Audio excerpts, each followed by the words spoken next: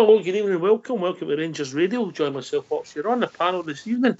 It's the legend that is Bridgeman and the fast becoming legend, the Star Dog. Evening, gentlemen. Evening, Trips. Bridgeman, Fox here. Can I say a big good evening to you guys? Huge good evening to the boys in the lobby and to all the Rangers fans all over the world listening in. Good evening and welcome to Rangers Radio. I think Fox and Port there, like we ways later on, I think they're trying to get a bird for Fox, Star Dog. Well, I think they're a bit preoccupied now, mate. We'll just maybe leave them tape for a while, let them finish off whatever it is they're doing. It was like primary school, wasn't it? Crazy. How are you, Bridge? Never heard anything like it before in my life, mate. Unbelievable. Grown men. How you doing, Bridge? Come on, Bridge. 1, 2. Sorry, pal. I didn't realise I was on mute there. I didn't realise. I thought I'd take myself off. However, really good day today again, and we're getting better. In a couple of weeks, we should be up and running, as I say, up and running. Brilliant, mate. For some great messages for you, mate. A lot of people out there concerned about your welfare or concerned about your will. I don't know what one it was, mate. I can tell them all, everybody, there ain't no will. She told me that. Don't write one. It's getting burnt. Oh, great to hear you're here. You're feeling better, mate.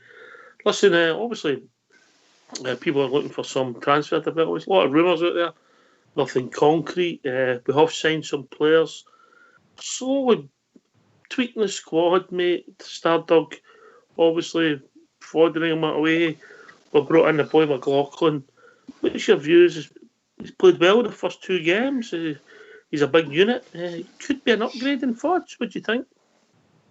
I think he's definitely going to be an upgrade in Fords, mate. No empty Fords, but I think his time at Rangers maybe left him damaged in some kind of sense. So I like Big John, mate. I call him Big McGlack. That's what we'll go with on here. Big McGlack, because he looked solid to me, mate. He looked commanding. I like him, mate. He made a really, really good save. I think it was in the Lyon game. There was a scramble in the box, and how the ball never went into the back of the net, I'll never know. But some great saves by the keeper, and he looks solid enough to me, mate. So I think he'll be in there to push McGregor this year. I think McGregor is our number 1, but the big man seems to be in there to push him this year, not to be a number 2, and that's what we want, mate. We want competition in every single place in that squad this year. Arguably, Bridge, it's the most important position on the pitch.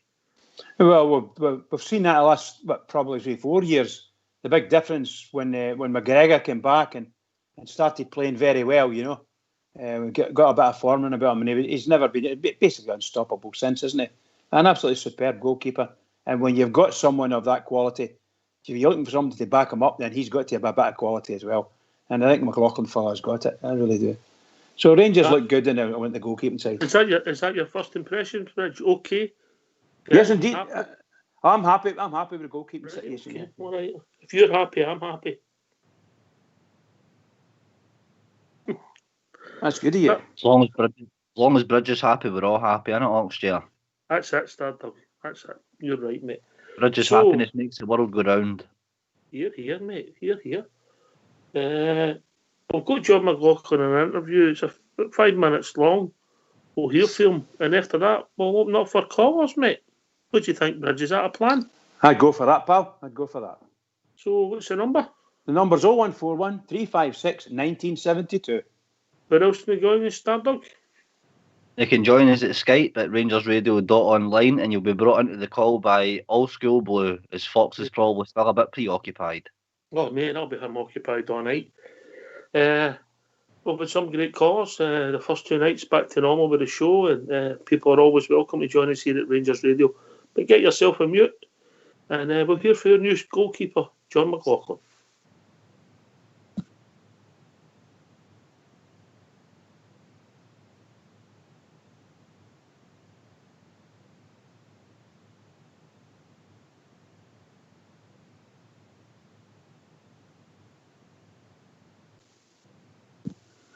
Again, I feel I've settled in well. Everybody here at the club have been brilliant.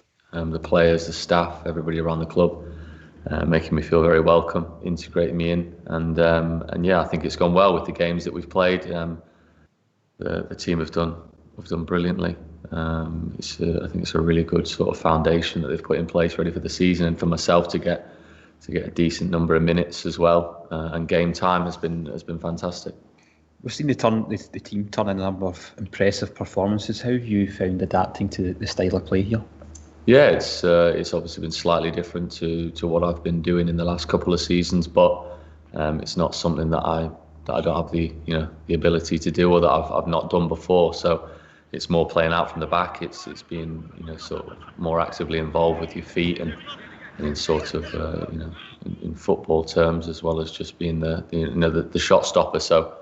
I've really enjoyed that side of it, and getting to know the lads and how they want to play, and their abilities as well, and just sort of trying to build that sort of bond between us as much as I can. You touched a little on the squad there and how they've welcomed you. Just tell us how you've integrated into the squad, and for example, we've seen you've joined the car school pretty quickly.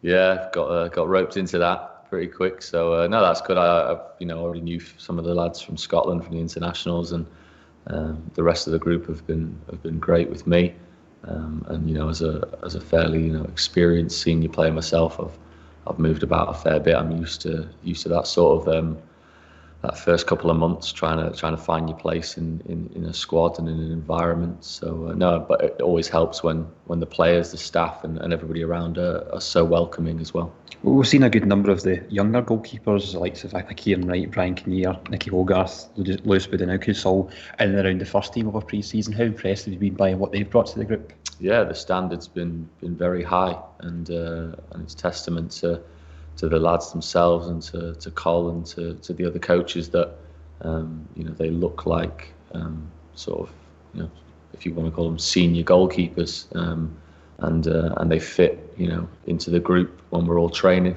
The standards right up there, and it's great to have that many goalkeepers involved in training sessions, and a real good group to sort of work off of and with each other. In your short spell working with Alan McGregor so far, has he given you that insight into what it takes to be a Rangers goalkeeper?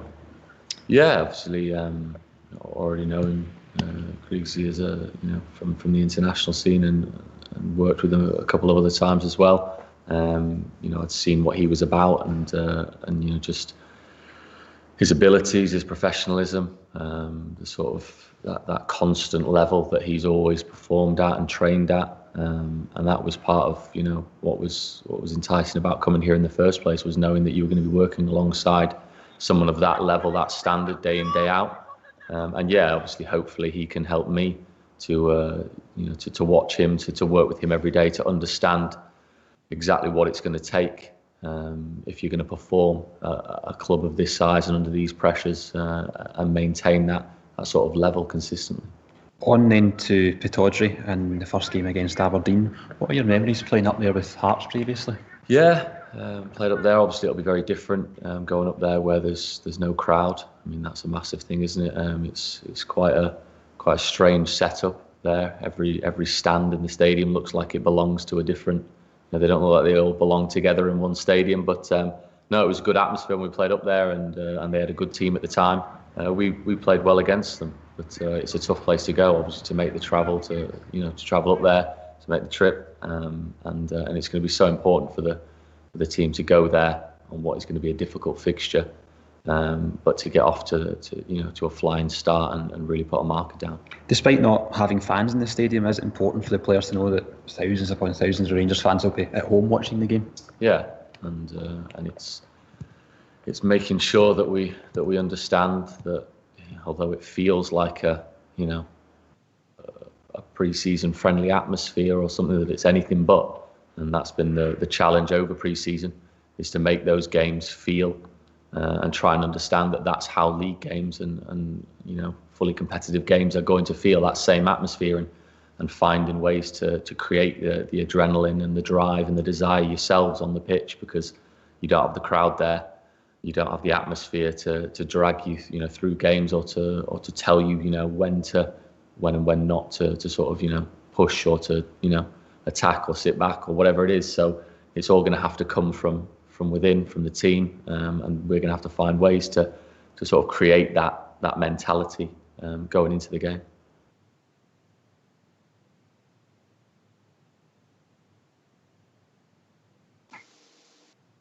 All right, thanks for that. Old school blues, Fox. I think he knows the score, Bridge, yeah? It sounds like it, My only, I don't like to say these things too much, but I'm always a wee bit wary when the new people like the goalkeeper comes out, and by the time when he starts to the time he finishes, he's going up the way and up the way and up the way, and it kind of sounds it's all positive, of course, but I don't think he's trying to. I think he's trying to tell us stuff as Rangers fans that we already know about the club. We know all about the club in that sense. Maybe they should be trying to tell us what they know about the club, insofar as their own personal dealings and what they intend to do to better that, rather than. I know the guy's a brilliant player. I've said all that, and he'll come out and he'll be a great cover. But it's just sometimes when they say things, it doesn't sound right to me. They've only been there. They're 5 minutes, and you know what I mean. Aye, they've got tattoos. Yeah. Aye, but the football players, Stardog, we've got to remember they're no trained actors or media people, are they? They're football players first and foremost. 100%, mate. And she was they were asking things about Alan McGregor there, and he's admitting he's there to learn off Alan McGregor. Obviously, nobody can buy the time and experience and the trophies that Alan McGregor's won at that club, mate. Nobody knows what it means more than him. But in the same sense, mate, this guy's a professional football player himself. He's got a bit of experience as well, and he's there to push McGregor, mate. So I don't think he's there to look up to him there to make pals with him. I think he sounds very confident in his own ability, mate. And to me, it sounds like a guy that's wanting to be pushing for number one, mate. To me, it's not a guy. It doesn't sound to me as if he's happy to be number two or to be left in the shadows. He's coming here to push for places, mate, and that's all we can really ask for. I don't think. No, that's the right attitude, isn't it? Aye, 100%, mate. You can't ask for. It's just standard, mate. As a Rangers player, you know what I mean. To me, that's just your standard bread and butter. You've got to want to play for the jersey, mate. You've got to want to fight every training session for that jersey. And to me, John McLaughlin strikes me as that kind of player, mate, and I like that. Mm-hmm. All right, once again, if people want to join us, Stardog, what's the number? The number is 0141 356 1972. Well, join us at Skype at rangersradio.online. We're on a call and you can talk right away to Bridge, man. Oh, the legend it is. Yes, anything. Relationships, cooking, DIY, Bridge is your man. Oh, that's very wide. That's very wide. Well, we'll be joined first and foremost by the one and only JFK. Evening, guys. Ox here, Bridgeman, and the good old Starduck. How you doing, guys? Evening, Jimmy. Jimmy, how you doing, mate? All right, how you keeping, Bridge? I'm keeping rather well, thank you very much. And fingers are all crossed. It keeps going the way it's going. It'll be next fortnight. It's going to be a real cliffhanger for me. Have to get there. Good very stuff, happy. Mate. Good stuff. Lena Martell, mate. Lena Martell. One day at a time. What's this I'm hearing about the Fox and Port Bears or something going on that we need to know here? Mate, up to all sorts, mate. Up to all sorts. We couldn't even disclose it live on air, couldn't we? No, Oxford. One's an upstanding member of the community, thought highly of a lot of people. Another one's Port Bear. Aye, dragging the upstanding citizen down. The thing is, I've been hearing there's incriminating videos and pictures. I don't know. Anyway, something to do with animals, Jimmy. That's all I know. Oh well. I thought it was a George Orwell book he was sending him. Oh, is that what he meant? Well, see, when he says babe, I didn't differentiate between a woman and a pig. That was the second film in the trilogy. So it was, aye. Anyway, guys, it's good to be back on tonight again. Bit cold up here where I'm in sunny Peterson Park. That's East Yoker, isn't it? East Yoker, mate. Yeah, definitely. Just down for Drumchapel, as you know, in that vicinity. So Peterson Park just stuck in between Knightswood, Yoker, and Drumchapel. But anyway, freezing arm today. Interesting interview. It was a good interview in many ways. Decent goalkeeper, decent backup for Alan McGregor. So far, GFK, I've been pleasantly surprised, if I'm being honest. Well, I was impressed when he played for Hearts. I must say that. Hadn't seen much of him playing down south, but as a backup, I rate him a better type of keeper than Fod's. Right, what are you basing that on, mate? I was always wary of Fod's using when he had to use his feet. I was always wary when he got the ball. I didn't think his distribution. He looked a bit jittery when he was running towards the ball, trying to keep it under control. But what I've seen at McLaughlin, I know it's early days in the friendlies and that Oxford, but I'm pleased about what we've got there, and I think he'll be an able replacement for Alan McGregor when called upon. So Foddy never done a lot wrong, but I just looked at McLaughlin there, and I think he's a better all-round goalkeeper. Considering he's 33, I think that's where experience comes into it. So I'm happy with that. I'm happy with getting him in his stand-in for Alan McGregor. So happy days for me that way, mate. Aye, I mean, See, for me, on you go, stand up. For me, Oxford, and Jimmy and I'll probably agree, man. Foderingham was never an imposing figure in the box, mate. He was never really good at commanding his box, or when he was coming for crosses, that's when I felt disappointed. Did they give you the fear? Did they give you the fear with crossbars? Oh, mate, he did, because he just wasn't an imposing figure. He never had that stature, mate, where if he was coming for balls, strikers were getting out the road, and he did. He gave me the feel that way, mate. But the big boy McLaughlin, he seems to be an imposing character. I like him. All right, okay. Well, I don't want to have a go at Fods. I thought Fods was a reasonable servant for the Rangers. He done all right. He was maybe not there at the greatest time, but he done okay. Good shot stopper. Aye, great reflexes, but crossbars and decision making wasn't exactly the best, but it wasn't the worst. Is that fair, Bridgeman? I think Fods had a relatively good career at the Rangers and I never really let us down that much. And to find that a goalkeeper of the quality of McGregor comes in, there wasn't very much he could do, because greatest respect, I doubt very much he would ever attain the heights that McGregor might have attained. But when he left, the decision was taken to leave. I would have kept him on if he wanted to stay on, but I think he's been a good servant for Rangers, and I'm happy. But never could he command the box like McGregor can. Never. Before I bring this next caller in, I'll just ask you briefly: do you think it's an upgrade in Fods, or do you think it's similar at the moment? JFK. Oh, it's definitely an upgrade, mate. Oh, I mean, okay. it's there to see. I think upgrade for me. I'd go for upgrade as well, Ox. Yeah. All right, don't hear the missus saying that. Unanimous, mate. I'd go upgrade as well, Oxford. All right, okay. Well, I'll say I'll reserve judgment. I think he's done really, really well at the moment. But I'll reserve judgment. But on the first two performances, I agree with you. But I think you've got to give anybody in any position about 10 to 12 games before you can really judge. But the first impressions, yeah, okay. I'll go with you, yeah. Talking about first impressions, I got them completely wrong. We'll be joined by Port Bear. How we doing, Port Bear? Good evening, boys. How we doing? Is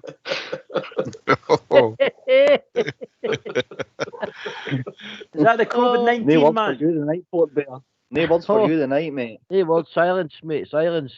COVID-19. That's me and Jimmy.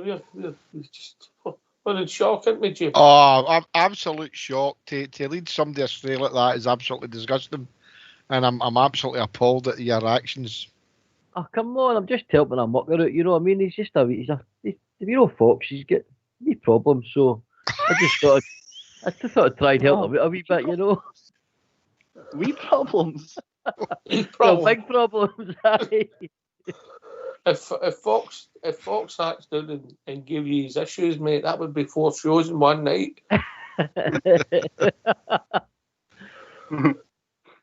Aye, well, Aye, shocking. well, he's know how I roll. So anyway, All I've got to say to you is thanks for the call. Don't be a stranger, and we'll speak to you soon, all right? I tell you, Oxford, if his grandmates can hear him on here, Well, mate, that could be arranged, mate. It's a small world, you know. yeah. come on now, come on. Right, what do you think of John McLaughlin then? What do you think of him, mate? Is he better than Fotheringham? Oxford, in my eyes, Fotheringham never done anything wrong, mate. You know, sometimes, you know, he was cobbled with a few mistakes, definitely a Rangers jersey. But in a whole, as a goalkeeper, before McGregor came to the club, mate, and, you know, unfortunately, Alan McGregor's absolutely, in my eyes, still a world-class goalkeeper. He's a legend at the club already. You think he's world class? I've been really honest with you. Alan McGregor, You see him up there with Buffon and... throughout his career, mate, aye. I do. I'm not just staring at my blue tinted glasses on, mate. I am not. I just remember the years I'm a at big Rangers. fan. I'm a big fan of McGregor, and I don't think he would be in my top 2 Rangers goalies that I've seen. I think he's different class, no world class. Aye, that's a fair comment, mate. I think he's a great goalkeeper. Aye. But I don't see him. I would have Gorham and Chris Woods ahead of McGregor, in my opinion. And Kloss. No. I don't know if I would go with Kloss, but Kloss would be. Kloss couldn't do my kicks, could he? Well, my 3 Oxford would be probably Gorham and then McGregor and then Woods and Kloss. That's the way I'd have it. No, Bridge has got Bobby Brown. Then who else, Bridge? Bobby Brown. Bobby Brown. I've got memories of Bobby Brown, I tell you. It's something else. By the way, he was a great goalkeeper, but dear. I wasn't too keen on him. Who would be your top 2 Rangers goalies, Bridge, from memory? Oh my God. But, you know, there were some smashing goalkeepers. George Niven was a good goalkeeper, Billy Ritchie. But really and truly, you've got to come up to the modern era. Or, for me anyway, the more modern era. And I think the most capable goalkeeper we've ever had be a toss-up between Gorham and the Kloss, I would suggest. But there's other goalkeepers who have played very well. McGregor's not far behind these people, you know. No, I agree with that. They've done very well. But the goalkeepers we had then, you know, you got up to Big McLaughlin, people like that, you know, they were good goalkeepers, but they weren't in the class. They didn't have the class at Gorham and Big gas meter. Big gas meter, yeah. Look, there's other Rangers fans who'll say different names, and they won't be far away. But for me, Gorham did so much for Rangers. It's not real, just so much. All right. I like Gorham, but I must admit, when Woods appeared on the scene, JFK, he was just something like we hadn't seen before. It would be Woods and Gorham for me. And I would put Kloss as my number 3. But definitely Woods and Gorham. Best 2 I've seen in that time. That's not a slight in Alan McGregor. No, it certainly is not. No. I agree with Portberry to an extent. I think at one time I would say that Alan McGregor was one of the best in Europe. And on his time, you know, when it's just, I know it's a overstatement to say probably in the world. And I don't think he probably wouldn't even get in the top 10 in the world. You know, so that's just my way I feel about it. But Woods and Gorham for me, my top 2. All right. It's all about opinion, standard, isn't it?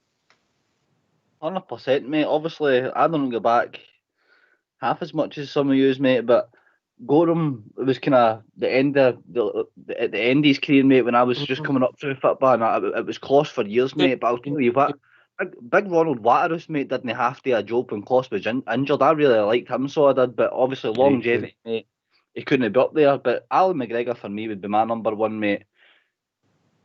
All right, that's fair enough. You can't talk about guys you've never seen. You know what I mean? Aye.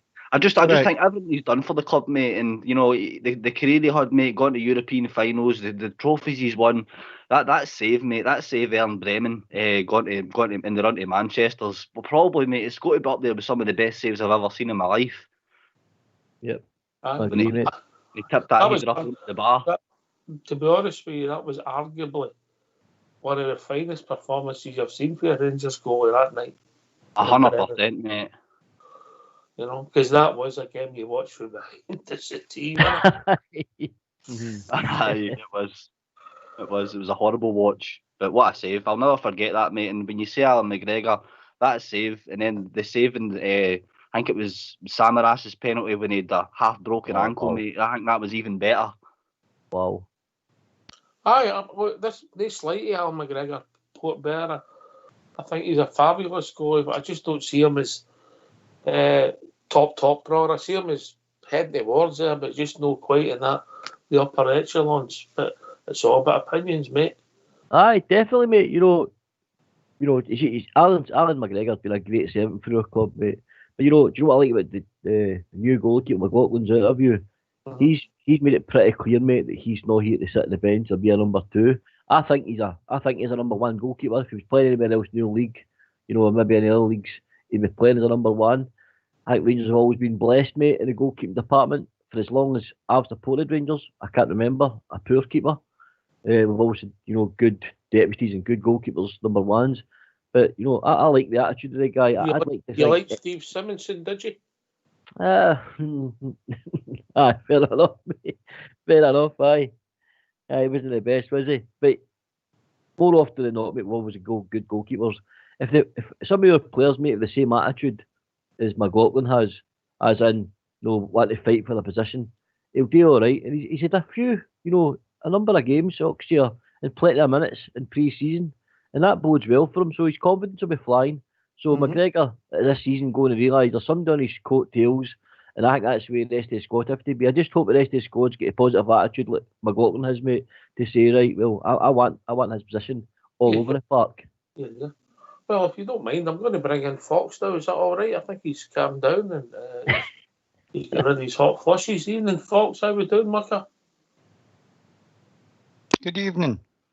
How are you basing the goalkeepers, mate? What would your taps at 2 be? Gorham number 1. Chris Woods number 2. Mm-hmm. Third?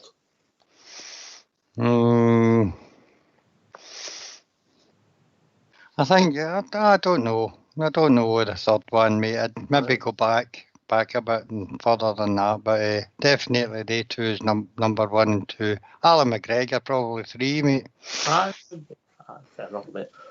The boy McLaughlin there's come in with a right good attitude, mate. Obviously, peak his powers. That roughly that age for a goalkeeper. Maybe get 3 or 4 or 5 years to go. Maybe even longer. So you've got experience. You've learned your trade. You're ready to roll, mate.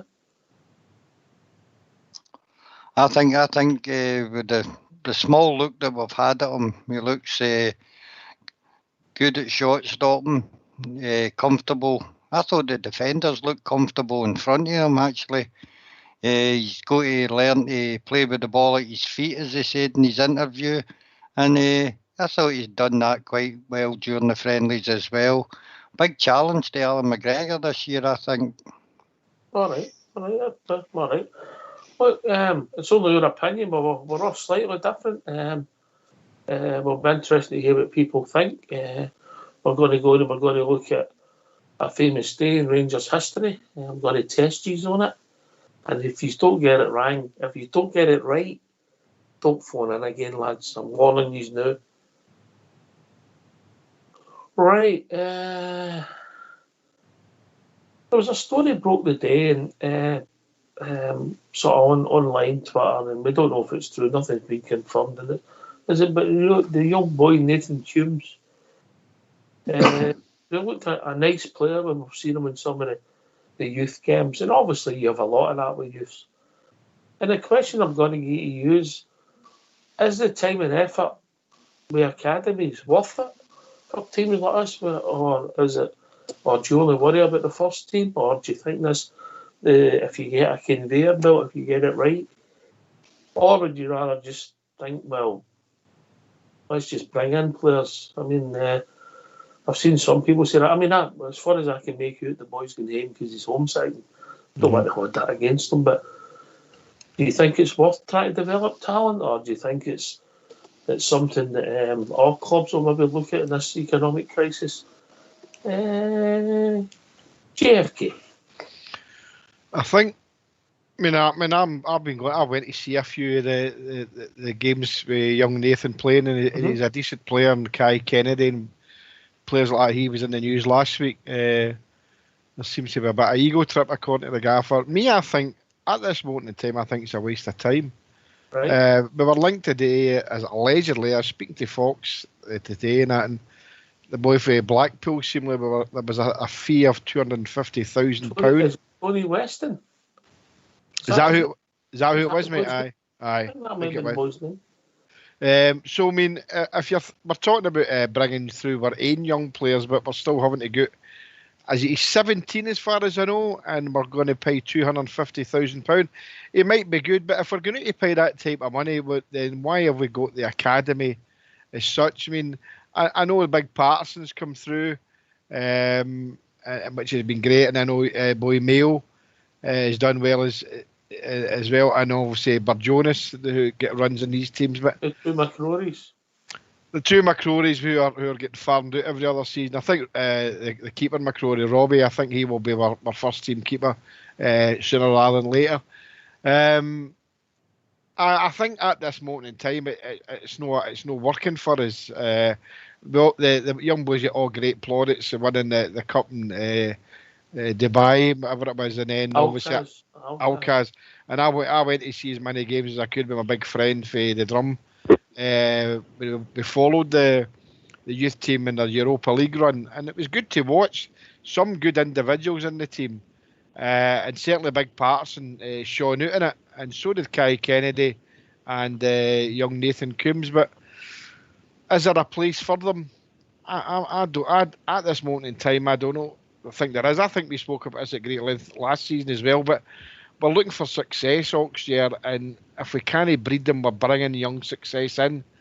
And so, is £250,000 a lot of money to pay for a boy of 17, or should that money now be invested in the youth setup to try and encourage and make these boys better?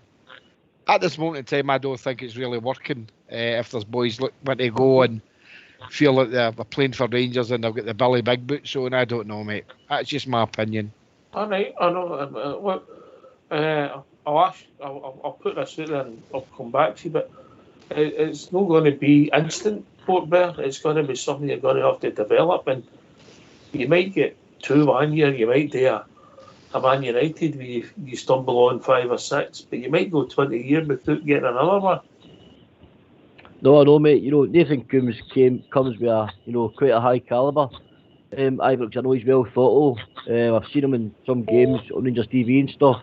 What I've saw, he's quite an exciting young player here. And it's a good thing if these clubs are looking at him, mate. It bodes well for our youth system. We want to retain these guys, and I think we should try and retain in Murray Park or Auckland, however you want to call it now. It should be producing players for eventually. The Bridgeman training ground. Aye. But that's the whole point of the youth system, mate, is to try and eventually get these players, keep them hungry and keep them at the club and let them develop into first team players. If you think of Billy Gilmer, that's one bit. I'll cut a Sorry, mate. I've got a caller coming in with a bit of noise.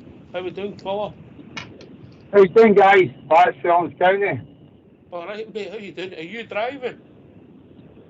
Aye. You want me to take you up on street? No, it's all right, mate. You can hear the car. How you doing, mate? How's things?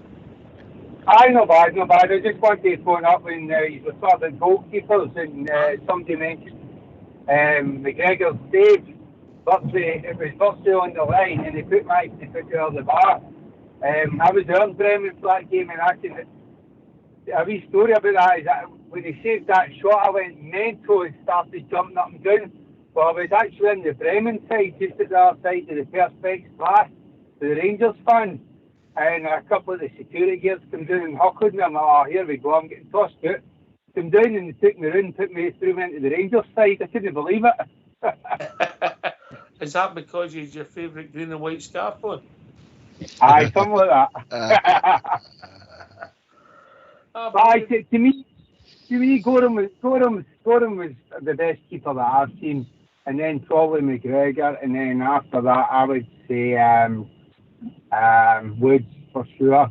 But one keeper that I remember coming across, I thought he was a bit mental, and I really liked him because of how crazy he was Lionel Charbonnier. You remember that case? It was the ways that long. Obviously, cost came in. I mean, that was hard to believe. We took somebody for the French World Cup. Nemi was there, who Advocat didn't fancy. And then within 4 months, we brought in Stefan Klose, who just won the European Cup with Dortmund. Changed days, start dug it.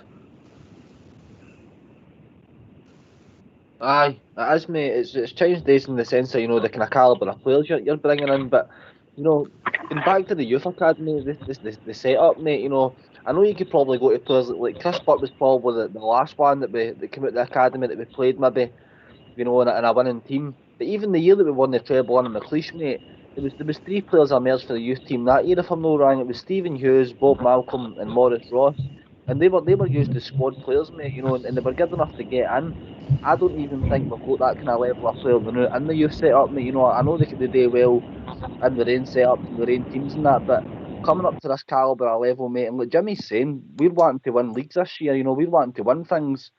And it's a massive, massive step up for these boys, mate. So you'd probably have to go back to Barry Ferguson, mate, really, for a youth player that's actually played in a winning team consistently. You'd probably have to go back that far. Charlie Adam. It wasn't really a fan favourite, mate. And any time he passed the ball, Rangers fans were booing him and that. He was never in the team consistently, I would say. Like Gwen played him for a while, didn't he? You're surprised how many games he played, mate. He did like Gwen played him for a while. Like Gwen liked him. Aye, but Gwen helped make him.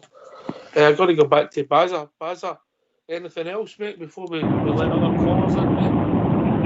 Yeah, I would just like to say, I hope Rangers hurry up and start announcing someday, or they make a decision on Alfredo Morelos, because the longer he's hanging about the squad, I think he's just going to be more a distraction than anything else. Plus, I wake up every morning about 3 in the morning, looking on my Twitter to see if we've signed anybody, if Morelos is left. My wife keeps asking me, she said, what are you looking at 3 in the morning? Well, I'm trying to find out if we've signed anybody. She's saying, I'm not with me. Imagine doing something like that, Bridge, man. You need to be a light running a tick to the end like that, wouldn't you? Absolutely. You got to be stone mad. Absolutely. 3 o'clock. All right, boys. We're all up It was a pleasure being back on again. Great to hear you back, and I hope we have a great season this year, boys. All right, Baz, maybe catch you when you're over by, mate. Yeah, hopefully within the next year I'll be back, and hopefully we'll be able to go to games and take them into the bar and get a few drinks for you boys. All right, good. Cheers, Baz. All the best, mate. Cheers, guys. Cheers, mate. Do you think you on the move there, JFK, because it's Orange County? Definitely. I'd have done the same if I could afford it. Well, standard year. I mean, with youth, you've got to have patience and you've got to develop them. We got £500,000 for Billy Gilmer, and he looks as if he is going to kick on and maybe challenge for Chelsea's team. We're interested to see when he comes back for his injury, because it's part of the game, injuries, and you need to see how you respond to it. But we've heard a lot of hype about a lot of boys, but we want somebody that's going to appear in the first team. This is the Vodafone voicemail service for... somebody grab us, you know. Yeah, 100%, mate. I mean, you know, with players coming through, you know, when we're obviously in the situation more like Barry Mackay and players like that, but, you know, there's players that would probably wouldn't get in our team now either. You know, I mentioned going all the way back to Barry Ferguson, mate, and you honestly probably would have to be that long, but Billy Gilmer is a player that we maybe should have been patient with. You know, a couple of years in the first team, mate. I know the club were kind of struggling for cash in that at the time, but, you know, a couple of years with that boy in the first team, mate, and you'd have got more than £500,000 from him, that's for sure. You know, so it's sometimes, mate, when you've got a GM... I'm not laughing at you, I'm laughing at Padge. He's saying the lobby, I hate it when she can't see me on the internet at 3 in the morning. Go on, Padge. Go on, Padge. Oh, Aye, in these circumstances, In these kind of circumstances, mate, I'd have maybe liked the club to have been a bit more patient and get some real money in for these youth prospects if they're going down south to big teams like Chelsea. Mm-hmm. All right, we've been joined by a caller. Evening, caller. It's all Bears. How you doing? All right, Albert, how are you, mate? I'm good, mate. I'm good, aye. All Bear. All right, mate. How you doing, All Bear? I'm good, Starbuck. How are you, Phil? Brilliant, mate. Brilliant. Good to hear you. Good. And yous. I'm phoning in your youth setup thing. Aye, mate. You got a few. I imagine you have a few words to say. Oh, I've got a view on it. I'm in total agreement with Jimmy. I totally agree with him. It's just a waste of time. Complete and utter waste of time. The model doesn't work. The format has changed completely in modern day football. The youth setup should be there to bring us in money year in, year out, and it just doesn't. We can't wait 5-10 years anymore for players to see we're going to develop or they're going to be the player you think. Their days are gone. They're finished for Rangers. We need that academy to start producing an income. It's a revenue stream now, apart from trying to get players into your first team, but you've got to use it like Chelsea do. They just hoover in all the boys and farm them all out, and then when they're ready, sell them on. They're making profit all the time on these boys and on their academy. We need to be the same. We should sign boys now at 19, 20 and 21 for that team. I'll call it the reserve team, but you can call it a youth team if you want. So I'm looking at more at people that didn't make it other clubs. You need to bring them in and see if you can uncover a few gems at that age. So you only need to make 1, maybe 2 year to sell them on or bring them into your team. It's too long. It just doesn't work. And I cut across you, we're joined by a new caller. Evening, caller. Evening, guys. How you doing? First time caller here. The name's David Brown. All right, David. Nice of you to call, mate. How long have you been listening to the show? Do you want a signed copy of Bridgman photograph? You don't need to answer any questions. Get one, no. They just get one for free. We can't get him away quick enough, mate, if I'm being honest. How you doing, I'm just calling you up, guys. Aye, good. Just about the youth setup. I've been obviously listening to this for the last couple of weeks, and we're getting near the season. Tonight you touched on some. It's obviously important to all you as the youth. You're spot on what you're saying. There's not a lot coming through, but no the biggest problem we've got. We've applied twice to the SFA, I think it is, for a B team in the lower leagues. Once under Mark Allen, once under Ross Wilson, and twice have knocked us back. So the reason we need our boys to play against men, doesn't matter if it's third division, it's because they're playing against a man, no another boys, they're no learning anything beating the boys. But if they're playing against a man, they're getting physical, they're getting used to it. So by the time they get to a level where they're getting first team fit, we can loan them out, but they're not playing our style. If you look at the way Rangers play, even their youth games, if you watch youth games as well, we play a certain style. They like to play out for the back. They like to move the ball quick into the wee triangles. That's the way Rangers play. So the problem is, if we farm them out to Queen of the South, when they play Dundee, they play 5 at the back. They're going there for a point. And at Glasgow Rangers, we don't go anywhere for a point. We could play Real Madrid tomorrow and we don't go for a point. So it's a hard one.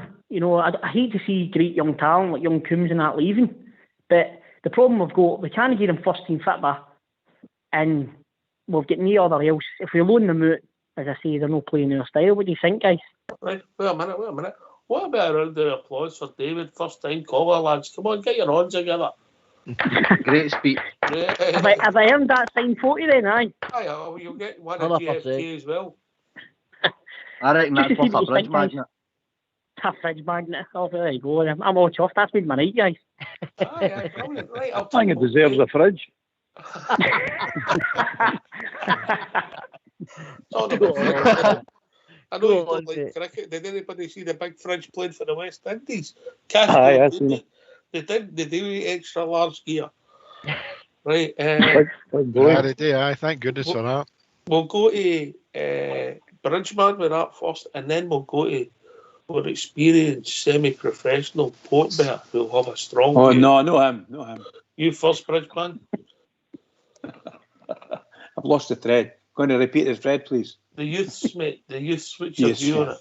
Well, I think if the story about the young lad wants to get away, If there's any truth in that at all, it means it will only be able to hold the guy less than 2 years. I believe he wants to get Cambridge. I think there's a lot of David. No, I understand. But we're not making the game for him. We're not making it exciting enough. And the boys can live on that. They can live on the adrenaline that it gives them. Homesickness is a terrible thing. Been through it. You've been through it yourself. Mm-hmm. But youngsters need to be able to play. And that lad, is it David Brown? Did you say? Aye. So if what David's saying is if you think it's anywhere near the truth, they do need to play against tougher opposition, which whets the appetite for the game. And I think for the last couple of years, Rangers have not been, shall we say, concentrating in these areas the way maybe some folk would have expected it to happen. However, it may pick up and they may go down the road and start bringing in youngsters again for that particular purpose.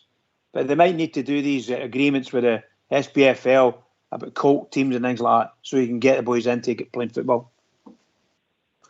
All right, Port Bear. Aye, mate, you know I'm pretty passionate about, developing youth. I think it's important for me for the future of the game. They've got to learn somewhere, mate. I know we take these boys in for under 8s, 9s, 10s, etc. and they'll be in the club a long, long time. I get what Jimmy and Albert are saying, but they don't believe we've got time to develop these guys and then sell them on. Young Coombs is probably wanting to get back home, like you touched on, mate. But I think, like Davey just says here, it'd be great to get a B team and get them playing the lower divisions. Barcelona do it, mate. Real Madrid do it. And it's great experience for our young boys to get playing against, as David touched on, real men. I think it's good for development of the squad and development of these young guys. And if they get to play in more competitive leagues next year, at third, second, and first division, they're more likely to want to stay because they're getting full first team football. All right, albeit at B team level, but it's somewhere obviously Gerrard could use, mate, as well to dip into now and again to cover injury, etc., and give these boys some experience in the first team. You get the odd. I don't mean this is going to sound. You get the odd freak of nature. Wayne Rooney, Derek Johnston for us. Yeah. Who's ready at 16. But if we're being honest, most boys aren't really ready to their end of their early 20s and having a gym. Yeah. Mm-hmm. You get the odd boy that comes in at 16. But it's few and far between. Fox, I know you've got strong views on this, mate. Well, I think the revamp that was done under Craig Mulholland, I think it was about 4 years ago, it's starting to produce results. We've got Stephen Kelly, Lewis Mayo, the McCrory brothers. Who else can I think? The boy Bud Jonas. They are. I passed Nathan Patterson. They are coming through. It's just taking a wee bit of time, and as the demands of the first team are just now, where we're under pressure to stop our run of titles against us, it's very hard for the manager to fit and gain time for them. I think we should just carry on the way it is. I mean, Knockenau is the first team training ground. The boys use it. They're financed with the youth development, Rangers youth development. So I don't think in all it's costing the clubs. It's the fans that's paying for it. David, you want to come back in, mate? Spot, you can see both sides of the argument. You can sit back and you can say to yourself, nothing's coming through here. But it's like the black hole. We just seem to be pouring money into this youth academy. But that's been open for 15 years, maybe longer. And what have we had out it? Very little. For that kind of investment, you're really looking at have a lot more of your team made up of young boys. But the problem is, for me, as I say, I just look at the boys and look, young Coombs, he's a great player, I don't deny it. But there's nothing to him. There's nothing to him. See to be playing the Rangers, you really need to be physical, an athlete. Because the guys that were signing Croatian internationals, that's what they are. Look at Katic. Look at the size of Katic and look at the size of Lewis Mayo. I mean, the two of them are centre-halves. You wouldn't know it by looking at them. Katic looks like a centre-back. Mayo looks like a winger. And it's just because they need time to develop. They need game time against proper men. And I just definitely think the B team route would be the way for the fans to get behind the boys as well, because we want to get behind all the boys, the women's team, the lot. If they're pulling on the Rangers jersey, we're there. Oh, I'm there. It's just Big Sonia's playing. I'm up there watching. I didn't want to see that there, just to hang me about that. I'm looking forward to getting my women's season ticket in. Oh, Bridget and JFK have been invited up. They're going to do some feedback for us for the definitely. After what a shocker! After the way you slaughtered it, mate, you two are going in outside broadcast. Can I come in there, Rocksteer? Aye, on you go, mate. How you doing, David? How you doing, mate? Great call, mate. You know the way I feel about it. I mean, I'm with yourself, David, about I'd love to have seen a B team in the lower leagues. Would you went and watched the JFK? The lower leagues, of course I would. I mean, like a lot of guys, I mean, I don't go to the away games now. I go to Ibrox, my season ticket and that with my boy and that. But if there was a game at Ibrox or we were allowed into maybe a smaller other stadium, yeah, certainly I would go and watch it. But I mean, look, if the reports are right, we've just paid $250,000 for a boy for Blackpool who's no 17 until September. Now that tells me a lot that there's no things happening the academy as there should be. And obviously we're hearing rumblings about Nathan Coombs and the boy Kai Kennedy.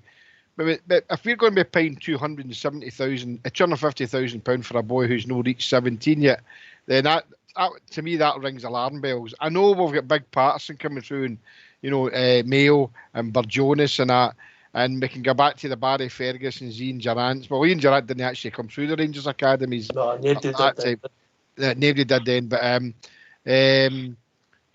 I'm with David, and I've always been an advocate for a B team getting into the league, where they would be able, if the right term is fatten up, to go into further their career. Because he's right there, when you look at Mayo and you look at Katic and they're supposed to be centre backs. Well, one is a big centre back. You look at Mayo, but so Nathan Coombs for me is a good young boy, good player. But really, that's all he is now. I think if he's wanting to go away because he's homesick, then the best of wishes wherever he ends up. I don't see many others making it. I said about Ross McCrory. I still don't think Ross McCrory will make it as a Rangers player. I think Robbie McCrory will come back and be the Rangers goalkeeper in the future. And so, for me, the Auchenhowie should be used as a first-team training centre, and obviously, bring in fringe players there as needed. But no, if I be honest, would I go and see a B team? Yes, I would. But it's a pity. It's a pity it's not happened. All right, Stardom. I mean, I think the boy Patterson, mate, is probably going to be, if Andy's going to break through Oxford, it's going to be the boy Patterson. To me, I would feel comfortable if anything happened to Tavernier. I reckon that boy would put in a shift for us, mate. The boy Mayo looks sound, but to fling him into any league games, it's just going to be too big an ask. And I understand where Jimmy and the guy David's coming from, mate, and Albade as well, It is frustrating, mate, when you hear of the club putting in this money and you're not getting anything out of it. But these boys are still young. That boy Coombs, he's maybe no physical and he's not got a man's body because he's not a man yet, mate. I think he's still 16. So these boys are going to have to get time to develop. And like somebody said earlier, you're not really ready, mate, physically and maybe even mentally until you're maybe 20, 21. It's a rare player, mate, that breaks through into a first team when they're 16, 17, at a high level, a team that's competing in Europe and a team that's competing in leagues. It's all right doing it at Motherwell, Dundee United and teams like that, mate, but at Rangers, it's very, very rarely you get a player, even Barry Ferguson, his sell last year. What age did you see when he came in? 20? I think he got his games, he had the odd game, and when Barry played in the 9 in a row season, I think that was the first he ever played, but we then never seen. I think he made 5 appearances that year, mate. He was pulled in and pulled out, wasn't he? And then he didn't appear much the next season, and then all of a sudden they just launched, But yeah, as I say, look, you get the odd one. You don't get many at 16, 17, if I'm being honest. But what worries me is that the West of Scotland, that we've got a centre half, we can't fatten them up. What's wrong with the West of Scotland diet? What's happened to it? Well, that'll be interesting. Look, I've got mixed views on it, GFK Albert. I think if you want to be a club of the stature of Rangers, you've got to tick all the boxes. And it's a frustrating box, and it's been frustrating because we always seem to have promise, and we don't see But is that our own fault? Because us as support, we're no patient. We demand success. Even when we were in the third division, we were thinking, well, if we get the right draw, we can win the Scottish Cup. You know, because we're unique, aren't we? No, see, Matt, it's the model. It doesn't work, mate. I'm sorry, it just doesn't work. It might, see, like Portland or them are saying, it's all good points and all relevant, but it doesn't work. No, for Rangers. Big clubs like Man City and Chelsea, Liverpool, they can afford to do it. They can afford to take the hit. But that youth set up for us is a drain on our resources. And it's no, we can't afford it to be a drain. We've got to have it the other way about. It's got to be an asset. It's got to be a revenue stream for us. That's the way we've got to look at it. It's just pure business now. And to do that, you've got to then say, look, we can't keep a boy for, say, a year to 10 years, and then after the 10 year or whatever, and years in between, to say, oh, he's not going to make it. It's a hell of a long time to say, oh, boy's not going to make it. And that's what's been happening decade after decade after decade. It's not just new, this, but it's not that we're impatient new. I'm just looking at it over the period. We've had a youth set up, and we've had it for years. It's not just new. We've rejigged it, aye, but it's been there, and it's producing nothing. It's producing absolutely nothing. As a revenue stream, and as first team players getting into the first team, absolutely nothing. So you sit and go, what's the point of this? Now, the players that they leave, we say are no good enough. They go and fill up other Scottish teams, and all of a sudden, he used to play for Rangers. He started his career with Rangers. How many times have you seen it? So all we do is fill other teams. We fill other teams with bang average players. That's all we're doing, filling Scottish football. And see Hibs and all them. They all think their youth academies are brilliant. No, look at the Scotland. I don't like the Scottish national team. But how many players in that Scottish national team have come through Scottish teams' youth setups? Not very many. Look at John Fleck, though. We weren't patient with him. You know what I mean? We weren't patient with John Fleck, mate, and he's maybe just started to peak in maybe the past 2 years as a player. But what a player he is! We can't afford it, Stardog. I'm not saying you're wrong. I'm just saying the way the modern game is and where we are sitting with this Sky money going down to England and all the rest of the leagues out the world, we can't afford this model anymore. We've got to turn it into a revenue stream, and you can't do that unless you the most you can hold a player now, in my opinion, to see if he's going to make it is 2 years. Now, so that means you've got to go for 19, 20 and 21-year-olds. You can't mince about with boys at 12 and all that. Now, I'm sorry, I know it's harsh, I know it sounds crap, but it's a fact. You've got to live in the real world. What do you think of the boys Patterson, Albert? I think the boy's a decent enough player. I'm not getting any of the boys, but do I think he's going to make it? No, I think the game. No, I don't think so, mate. When was the last time, Albert, you seen something and you thought he's going to be a top pro? I think Jonas is going to be a top pro, but I don't think he's going to be a top pro with Rangers.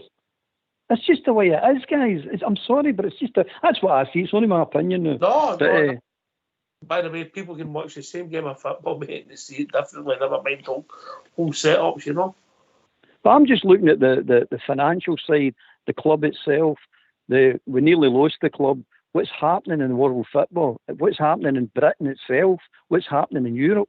And we can't afford this model anymore. We just can't, guys. It doesn't matter how much good intentions we want to have. We need to turn into a revenue stream, and it needs to be turned into a revenue stream now.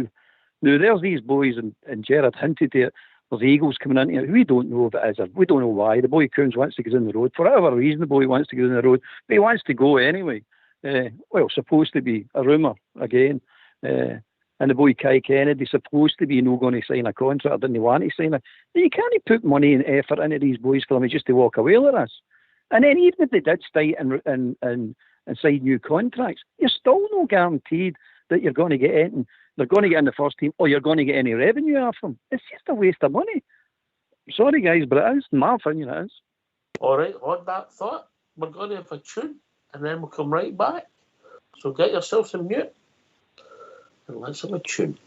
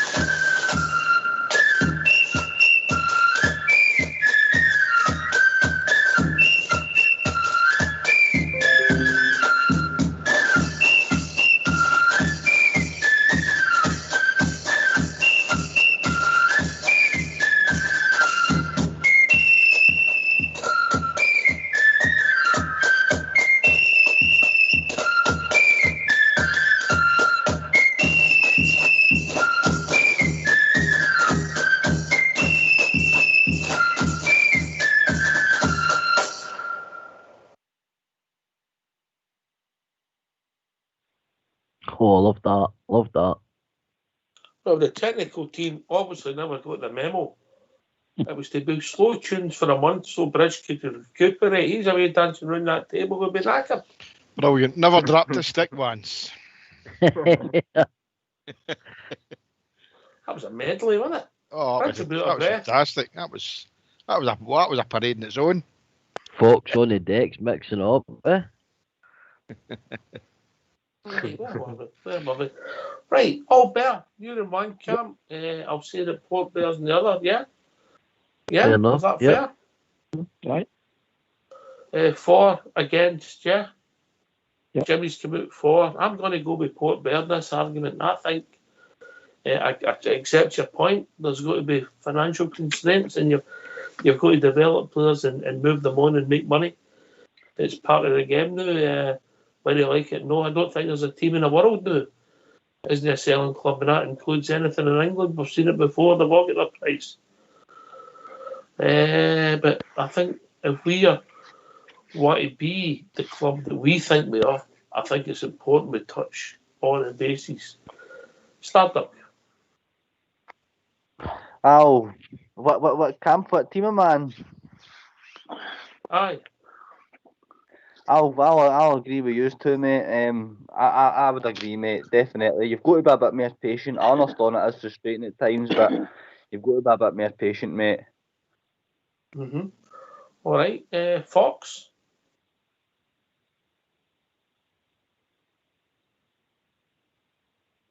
He's still Must be watching the videos again. He's still dancing. David. You're sitting there. Oh, David's left us. Frenchman.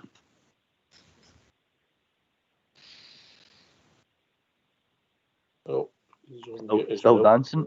Oh, still dancing. Hey, I'm here now. Can you hear me? Yes, we can hear you, mate. I just made it back to the seat. I have to say, I do agree with you. I think that, as I said just earlier when I spoke, oops, Daisy. All right. Just a few minutes ago, we were saying, and I think that the time for the young lads, the way the club was going, they were building the club to a certain model. And I'm afraid that model's faded into the distance. And I think a lot of the lads that we had then, good young lads, but probably nowhere near ready to step up into the first team. Well, some of them are maybe starting to, but it's been doomed, shall we say, because we couldn't get the Colt teams and the youth teams into the proper leagues. No reserve league, no getting that. So I think that's all it is. I think I agree with the guys. We have to make sure whatever it is we're doing, we're going to get a result at the end of it, a return for the investment. I don't disagree with Paul Bear's economic argument. I get it. No,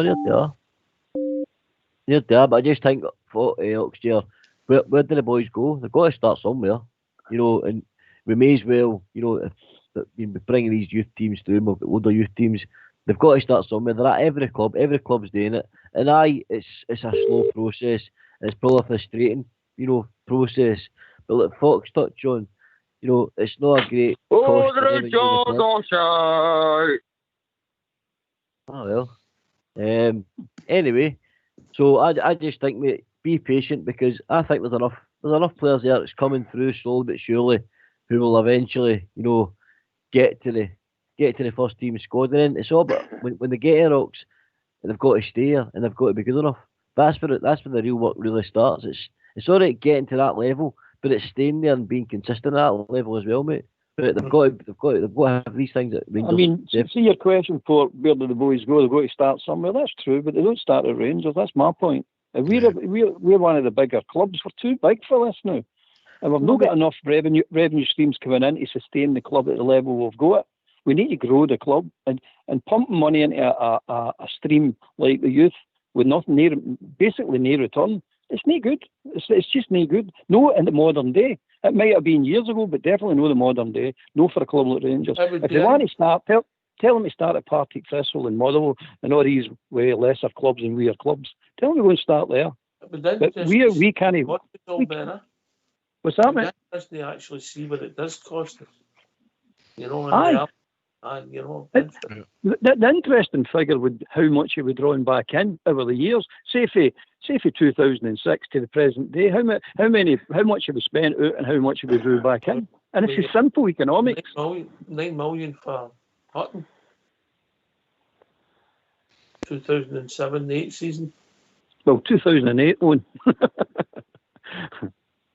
But you know what I'm saying? I'm not trying to get at the boys. I'm not trying to bin the boys and say they're crap. No, I'm not going doing that. I'm just looking at Rangers as a separate entity to everybody else in Scottish football and saying, look, if we truly want this to work, please don't use that term on here. Separate entity. Aye. Please.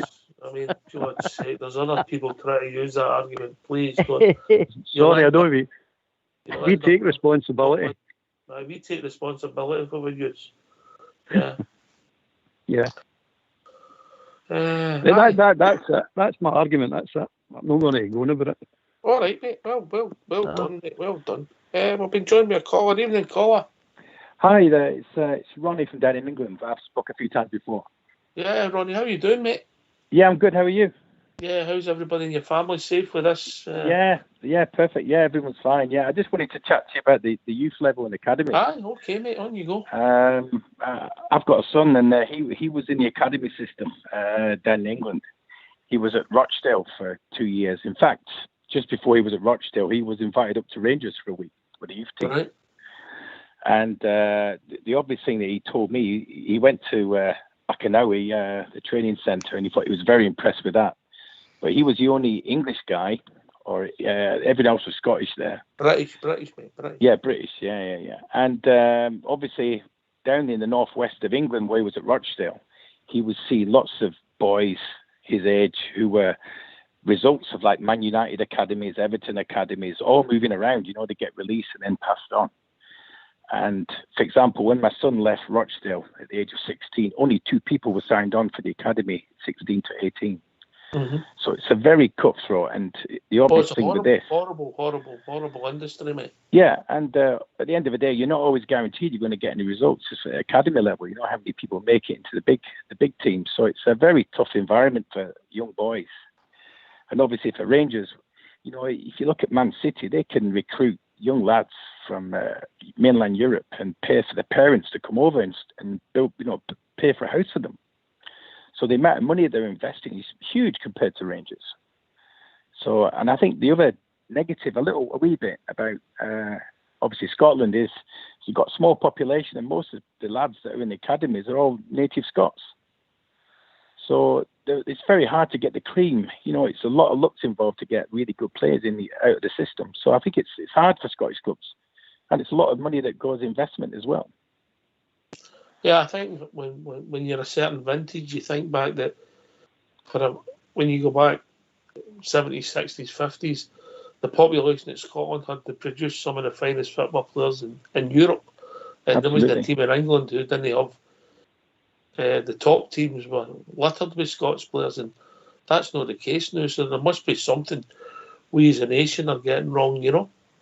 Yeah, I mean, just mentioning my son again, I mean, he was 2 years at Rochdale, and they only needed one goalkeeper. And as it happened, just before they were going to make a selection, the Man United, one of the academy boys, goalkeepers, was released, and they took him on straight away. So my son was gone out of the system straight away. Mm-hmm. So it's a very cutthroat. You know, I think it's very hard, especially for a goalkeeper or any player, to make it a level at academies. You know, it's a very, I think, like I said before, I think it's very hard, and it's hard on the boys as well. Mentally tough, mate. Mentally tough. Port Bear. I've told people this before. They've got youth boys playing. They're playing with I've witnessed boys at Chelsea. I've seen boys I know with Rangers. And it is ruthless. And a club might only be interested in 2 or 3 of their boys, but they need another 10, 15 to give them a season. You know, and they're just cast aside, and it is difficult. That is, mate. It's a horrible situation, you know, for young guys. You know, and they can easily get scunnered for it, mate. You know, these young boys put a lot of time and effort. So does their parents. They all put time and effort travelling around to get their kids trained, and you know, spend a lot of money. And sometimes they just end up, you know, not making it at that level, mate. You know, and end up sometimes dropping out of football, and they're just absolutely scunnered with it altogether. You know, They don't go on to maybe play junior, or they don't even play any amateur football at all. So it's a horrible situation, mate. But I get what Albert and Jimmy's saying. Maybe Rangers have to retweak and maybe relook at how their scouting system is for these youths. Maybe they need to revamp things again, mate, because maybe it ain't working. But all the big clubs, every club in the world, at the moment's got a youth set up for kids to develop and come through. But sometimes it must seem like a lot of output for very little gain, in revenue, mate. You've got teams like Chelsea who are picking the Man City, who are picking the cream of the crop throughout Europe. Sometimes they've got. I think last year Chelsea had like 43 players out on loan, mate. Of good. They would walk into your team. They would walk into your team to some of these wee guys have got on loan. So it's very, very difficult, mate. But Rangers need to get the scouting done properly. And maybe Albert's right. Maybe they need to up the age a wee bit. The boys will look at it. So they're not clubs along. See, Chelsea's doing a scattergun approach to it. You know what I mean? They're just bringing them on. They're hoovering them on. And then they're putting them all out on loan. And they're keeping the sort of cream of the crop with them for a wee bit longer, like Gilmer and that. They'll keep them with them. But eventually they're there to be made money on. Let's not kid ourselves on. That's what the boys are there to do. Make money for Chelsea. And that's what they've been doing for the last 5 years.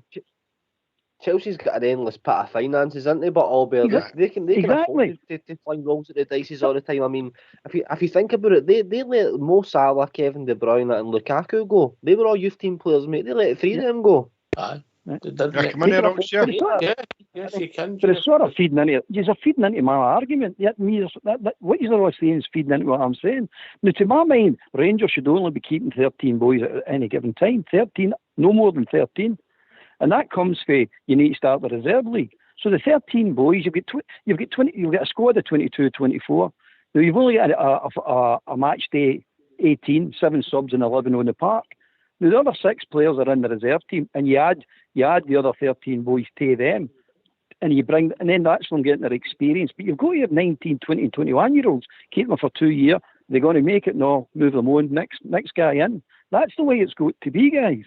This carry on about signing boys at 12 and 13 and 14. For Rangers, it's not for everyone, but for Rangers, it's gone. It's finished, guys. Sorry. 10 years ago, I worked with a guy called Kenny, and Kenny was a Rangers development officer. And at that time, 10 years ago, Oxshire, he told me then Rangers were probably going through maybe between 300 and 400 players a season, trying to pick out to get the wheat and the chaff sort of thing. And there's a lot of disillusioned boys. Now, I think Rangers are 40 years too late, mate. I mean, the Germans and the Dutch and the Italians, they've been doing this for a long, long time, and Rangers have been trying it for the last 15 years. And I think we missed the boat if we didn't do it all the years ago. You say there, you made a good statement earlier on about some of the great world players, the world-class players that came through Scotland in the 60s and 70s, and a few of them played for the Rangers. But I'm with Albert on this, and I've always said this. There's no use buying young players if you can't. Bring young players through, then they're going out and paying 250, 300,000 for development players. Why did we let Billy Gilmore go? We don't know the full story. But did we want to keep him enough? That's the thing. No, it's all right saying he wanted to go, but obviously there was reasons he wanted to go, and it could turn out to be a talent. It's got the Queen's head on it, mate. I know that, but did we do enough to keep him? It's all right saying that we brought up Nathan Coombs for doing South, and that we beat a lot of clubs, the boy Kai Kennedy and things like that. And I know that Patterson and Edmondson and boys like that, they will get their chance. I know like Jonas and Mayo have come through the ranks, but I just don't see it working for us. As a Rangers fan at this moment, and I've said this many times, I want success the same as you guys and the thousands of other Rangers fans, or the millions all over the world. And we're not going to do it with having a conveyor belt of young boys who are not going to make it. For me, it's a waste of finance. It's a waste of money for me in that aspect. I agree with Albert. I think we should have maybe a core of I would go a wee bit further than that. I would say maybe about 15 to 18, call them fringe players, who are players who would enhance the squad that we've got.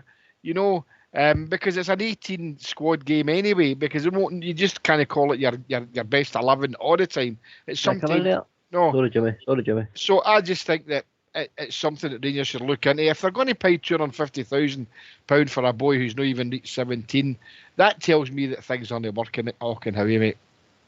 That's what I thought.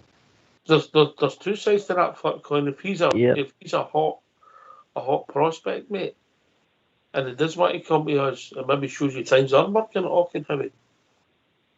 How can it be working at Auchenhowie for paying £250,000 for a boy of 16 a bit? You know, I just don't.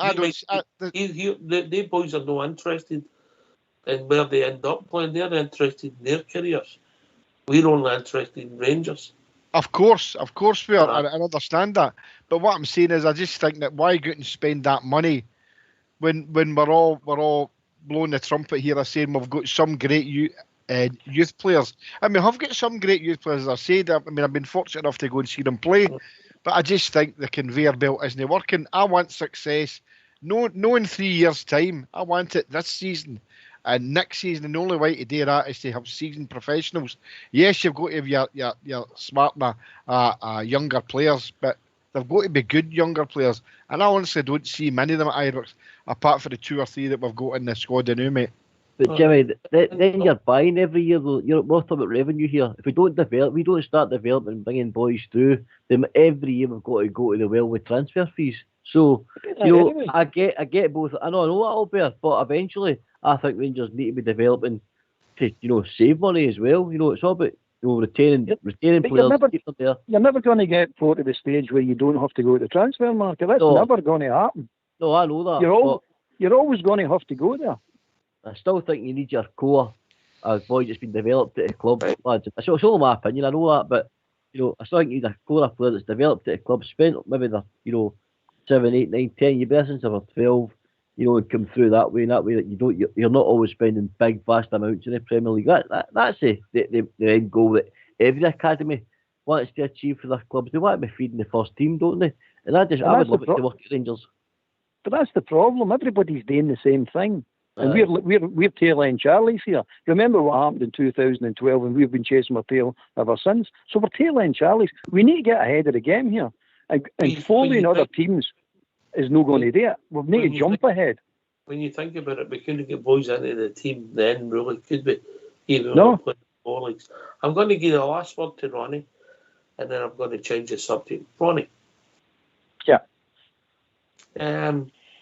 Would you keep an academy, or would you change it? Would you scrap it or change the model? What would you do personally?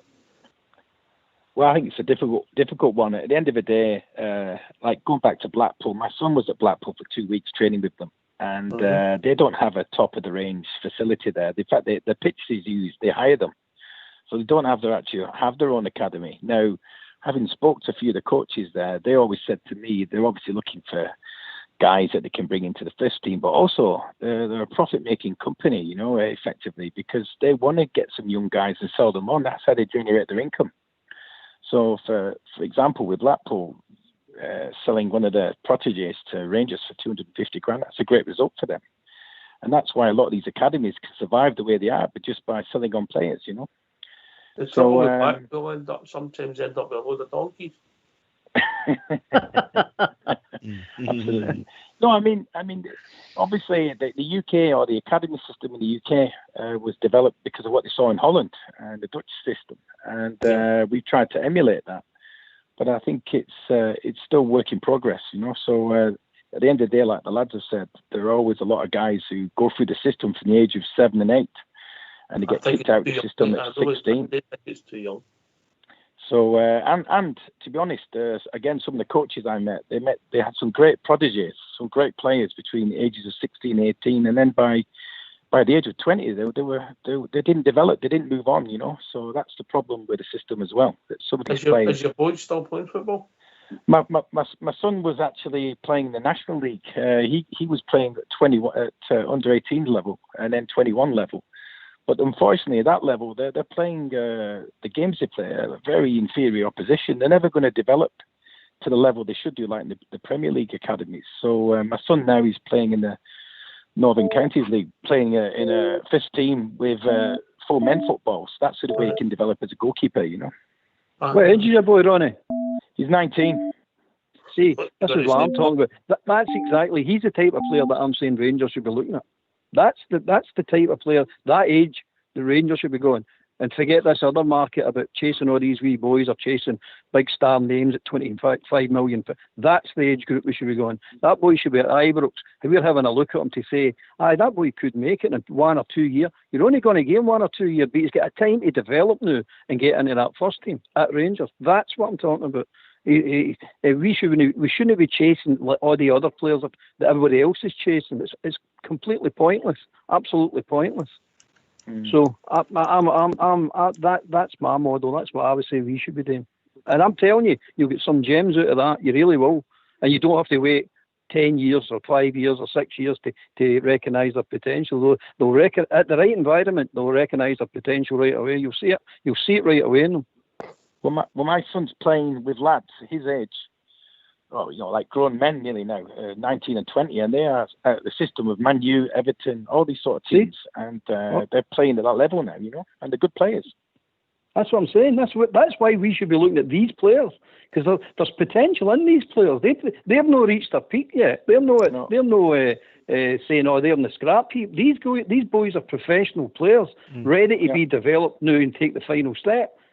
No, I'm saying that. So that's where we should be going. No, or buying a boy at 16 and hoping he's £250,000 and hoping he's going to turn out something good. These boys are already 3 and 4 and 5 years ahead of that boy. See, that's what I think. I think we got a great buy in big George Edmondson. You know, the career he's come through. I mean, I know he started at Oldham, but he went for it at Ramsbottom, then Atherton Town, then AFC Clyde, and then my son played with him. Did he? Yeah. Yeah, he did. Yeah, good player. Yeah. Sometimes you got to go back away, Jimmy. If follow just career, sometimes you've got to drop down. I get what you're saying. Well, there's Ronnie's getting a perfect example, and I agree with Albert. You know, if we're going to bring younger players in, there's gems out there like Edmondson. You know, that's a good breed. He said Oldham, Ramsbottom, Atherton, and the AFC Clyde, playing against big professional, big men. But these boys are, to me, are not going to make it at Rangers for the success that we're craving. And like Ronnie's boy's 19, he's playing National League. You know, if somebody has a look at him and they think he's good enough, that's the type of players that you're wanting to come to your clubs, who's had maybe 3 or 4, 5 years of experience playing in decent leagues. We've got these boys playing in tournaments in Dubai and Europa League, which was good. I've got to say, I really enjoyed watching them. But I'm saying to myself, how many of them are going to make the first team? The one that shone out for me was Patterson. That's a big question. Anyway, if we know got a commitment to the local community, mate, to have schemes like this for young kids. It's only a question I'm asking, you know, because can I just say young boys from 8 to 16 going through our system, I'll bet you turn out to be good, young, respectable boys who might have a chance of making it football, but mostly not. But it's part of your community. Jimmy, if you worked in the shipyards, there'd be no apprentices if you didn't give kids a chance, you know. I know that. I'm going to put somebody's back. I'm going to put somebody's back up here. Right. My Graham went to a Rangers school when he was 9, right? And I tell you, it was the biggest waste of money that ever, because, and I'm going to use my words here, be careful. I'm not going to use words that maybe, I just think that Rangers are taking money off of people. But that's a different thing. It's not a different thing, because you're paying a lot of money, Oxshire. Is that the summer schools? I think they're a total waste of time. They're a different thing, mate. They're not connected with developing youths, mate. That's a glorified babysitting. I think they pay £500. If there's first team players attending these things and giving their guides, well, it's still. But for me, that's fine doing that if that's what they want to do. But I just think that the youth setup that Rangers have got is very poor now. I don't think it's going to develop as enough players that we can go in and say, I mean, look, let's not get it wrong. It'd be a great dream to say it'd be the 11 Scotsmen playing in a Rangers team. Again, that would be fantastic. I'd be happy with 2 or 3, Jimmy. I'd be happy with 2 or 3. I'd be happy with 2 or 3, mate. If it, you know, if Patterson and Mayo going to the bench this year, to me that's progress. That's progress to me. Right. If Patterson had made a bench. I'm bringing a banhammer down. I prefer a British player playing for us. He's a Bournemouth. He's a Bournemouth. Right? Did you get the trivia question? One of the most important days of our history today. Anybody? I didn't see a question. Right. Thanks for the call, old Bear, Port Bear. If you don't know what the day is, Start Dogs. Well, he's a wee Google that. I don't know. Somebody's typing. I don't know, mate. I'll be honest. I haven't seen anything. I don't know, mate. I'll be honest. If you don't know what the day is, mate, really question your commitment to the Rangers. Wednesday. I'll give you a clue. There was a hedge involved. Oh, aye. Brecon City. We beat Brecon 2-1. The start of the journey. In the Challenge Cup, was it? Oh. Don't like to remember about the days. Kind of put them in the back of the head. Aye, we've came a long way for then, have we no? Oh, that's right. I was cutting a hedge on the 29th of July. That's right.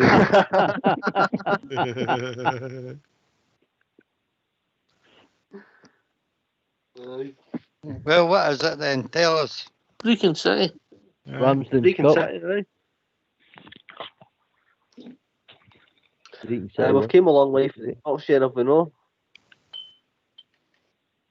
Just a bit. Change days. Don't want to remember the days, I'll be honest. No, I don't. I like to put them in the back of my head. Nah. I wonder what the teams were like back then to compare to what the team is now. The team was full internationals, mate. You got a team, mate? I've got the team. I think if a Rangers supporter should be able to name it off the top of their head. Do you want me to go? No. No. Did Balkanekra play for us in that game? Yes, he did. Oh, yeah. Did we play in blue? Yes, we had to borrow the straps. Right, Neil Alexander, Big Gorham, Balkanekra, Broadfoot, Lee Wallace, Ian Black, Kel Hutton, Lewis McLeod, Lee McCullough, Barry Mackay, Andrew Little. Substitutes, Kai Naismith and Robbie Crawford. 2 substitutes. Yep. Wow. It's not a great memory, but it's an important, if you like, it was important that we get back on the pitch and we started playing football again. Fox. It was indeed. After all our troubles then, we had to put things together. I think that game was a bit of a struggle for us. Did it not go into extra time? Correct. Aye. Well, that was a wee shock for the support to struggle to beat Brecon City, but we got there. And I think we all thought that we'd win the Challenge Cup, and we never that year, did we? No, never. No. But when you name the teams, the players, Ox, between then and the present day, every player we might not have liked, some we did, but they all helped in the journey through the leagues and getting us back to where we are. So my thanks to every one of them that took part for us. In the tapestry, it's Rangers, mate. You have ups and downs and lows, and I wouldn't say it was the lowest thing we've had to endure as a club, but it was sore for the support at the time. But how we rallied and how we've done, and I mean the support and when the battles we've had and what we've dealt with has been testament to each and every one of us who's put their shoulder to the wheel. And remember, what happened to us wasn't the biggest scandal ever in Scottish football. That's coming your way shortly. Albert. Absolutely, mate. Absolutely. Still harsh memories for that time, but at the end of the day, as you said, and you rightly pointed out, it's not the worst thing in Scottish football. It is not. All right, I don't know if I've been joined by a caller. Or somebody's come back in. Evening, caller. Is that you, Ronnie, still? No, I'm just here, but no, it's not me. No. All right. JFK. It was a memorable day, wasn't it? It was, we had to go borrow the strips, and we had only 2 substitutes, and although the team was full internationals, it was a sad day as well, the fans that were there, a couple of pals that were there, and they'd said, although it was a momentous day that the Rangers were back and they were hopefully going forward. At that time, we couldn't see too far in front of us, but that was a momentous day, mate. It's a day that I forgot until you mentioned it, but it was quite surreal watching it. I remember watching it in the big hedge and that, and the ball getting stuck in the hedge and things like that. But look, we're here now. We're here with Bjorn, and I know looking back sometimes helps going forward, but in this case for me, it just it brings a bit up. And still is a bitter taste in my mouth why we were there. So I tend to like to forget about that. The team. Yeah, I know, Jimmy, that the world press was there. I know. I have to keep forgetting about that. I know. That's right. Aye. The world press was there, but there was nobody from Scotland all there. Nah, does that surprise us? No. But I think it's that togetherness that the support maybe had that maybe we've never had in our history before. Fox. I think attendances were, before everything happened, were dropping, mate. And as you rightly said, it galvanised the support. The rest of Scottish football thought our fans would desert us in droves, but it had the opposite effect. And here we are today, sitting in front of full houses as we were back then, and our team is getting stronger and stronger. Here, mate. Portback? Aye, Fox just stole my thunder there. I was going to say about galvanised us, our fantastic support, mate. If anything, I've never seen Bears when I've been at the games so close, as you said, put the shoulder to the wheel, what they spend on the blue pound. They spend every penny, follow their club all over Europe. They follow them next year. And not just how far we've come. Steven Gerrard's our manager, mate. Steven Gerrard's a Rangers manager. He's got a great squad under him, mate. We've come on leaps and bounds. And in my opinion, we're almost there. I keep saying it, 55's in the corner, in my opinion, mate. I had a wee bit of, like I keep saying, a wee bit of fairy dust on my squad, and we'll not be far away, mate. But we have come on so far. Stardog. Aye, I'm a wee bit the same as yourself, Stuart. Actually, I like to look back on these times and remember them for what they were. They were hard times, mate. And the Rangers fan, the unity they showed, and what we're still showing to this day, mate. And what Fox says is absolutely spot on, mate. It was kind of dropping a wee bit, and we've got together, mate, and we've showed great unity, as I said. And that's really what it's all about, mate. We've showed the stature of our club and the size of our club. We're back exactly where we belong now. As Port Bear said, we've got Steven Gerrard as our manager as well, mate. We're playing great football in Europe. But they were tough times, mate. And I think we all knew there was tough times ahead of us, but we got there in the end up, and credit to every single player that helped us through there as well, mate. Everybody of different memories of the journey. I was in Florida on holiday the following season, 2013 season, and I think we played these 5-5, we won 5 or something. The game was a non-event. And I went to Boozers at 7 o'clock in the morning in Florida, and there's about 200 Bears in this Boozer in Florida. It's just mental. Right. Mental. Don't get that anywhere else in the world, mate. And obviously we all know somebody that isn't here and things like that, and they never got to see us getting back as well, mate. And you think back to the people as well, mate, and how proud they would be and where the club's at and things like that as well. It's hard, mate, but it's realistic. It's what happened. We were there and we experienced it. But the main thing is now we're back, mate. Aye. A lot of people are struggling with that. Some of the media, some of the opposition fans. They're struggling with it because they didn't think it would happen, and we'll maybe come back stronger. All there. Aye. Definitely, mate. This is in the pudding, you know what I mean? We need to show people how strong we are now, because we're definitely heading in the right direction. There's no doubt about that. We're definitely heading in the right direction. And their memory should never be forgotten about. I don't think there is a Rangers fan alive who will forget about them.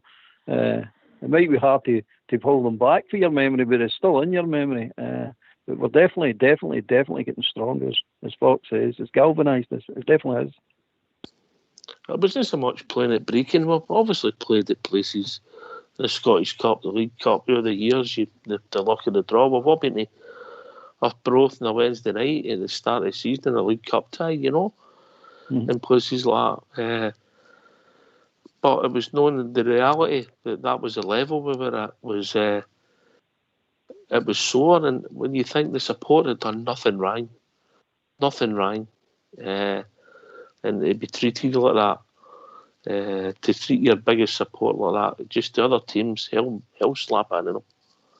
And also, As our crowds rose, a lot of money. as our crowds rose, their crowds fell. And that was a sign of the Rangers support, mate. The rest of Scottish football suffered when we were out of that league. Are you telling me that sellout Saturday never worked? I don't think it did, mate. It did for us. Oh, it did if you listen to the papers. If you listen to the papers and all the lying trumpets, it worked a treat. In actual reality, when they done the head count, it didn't work at all. I mean, came close to working. But again, the top tiers of certain grounds were shot right enough. I actually thought they'd put notices up there saying no pedos allowed, but that was just my opinion on it. No. I would shut that. If that's the same ground I think you're talking about it, I would shut the whole place down because I think it's a crime scene. But then when Rangers get back into the Premiership, it's funny, that ground full up again, so they're all there to see the Rangers. No, I mean, it's a given. It's a given, total given. All there to see the Rangers. Aye, well said, Albert. Portbear. 100%, mate. The boys are absolutely bang on with what they're saying. Their fans, are treated pretty harshly. The club was treated, in my opinion, absolutely shockingly, mate. But one thing I will say, Ox, I don't think any other club in Europe would have come back for this. I really don't, especially here. I think if it happened to any other club here, they'd just go, out into non-existence, mate. Because where we are standing right now, from top to bottom, when Dave King was a chairman, who, I hold in high regard, to wherever, current managing director, chief exec, chairman, the whole lot of the club, mate, from top to bottom to playing staff, are in a very, very good place. Under Bisgrove as well, he's doing a fantastic job with the financial side of the game, mate. We're going from strength to strength, on and off the park, mate, and long may it continue. Well said. All right, it wasn't a subject I thought. I get your point, GFK, but I think it's important that we can't shy away from it. It's part of our history now. Oh, he's went quiet. We face up to everything, Ox. We don't run away from anything. We face up to everything. We don't hide things, sweep things under carpets. It's there in our history. We talk about it. I think it's Ronnie again. I think we should always take pride that when we played at the lowest league, the Scottish League, that every 2 weeks we had the top 5 biggest crowds in Britain. So I think we should never forget that. People couldn't believe it. Obviously, they couldn't believe it south of the border, Ronnie, could they? Absolutely no, they couldn't. I mean, they always said to me it would never happen in England. Definitely not. No. You see teams, they might go down to one league, but a team as powerful as Rangers, they would never do that to them in England. Absolutely not. But anyway, just to say all the best, everybody, and been lovely to chat to you tonight. Yeah, Ronnie, thanks for calling, mate. We always enjoy when you come on, mate. It's a pleasure to hear from you. Okay, magic, and I'll speak to you soon, eh?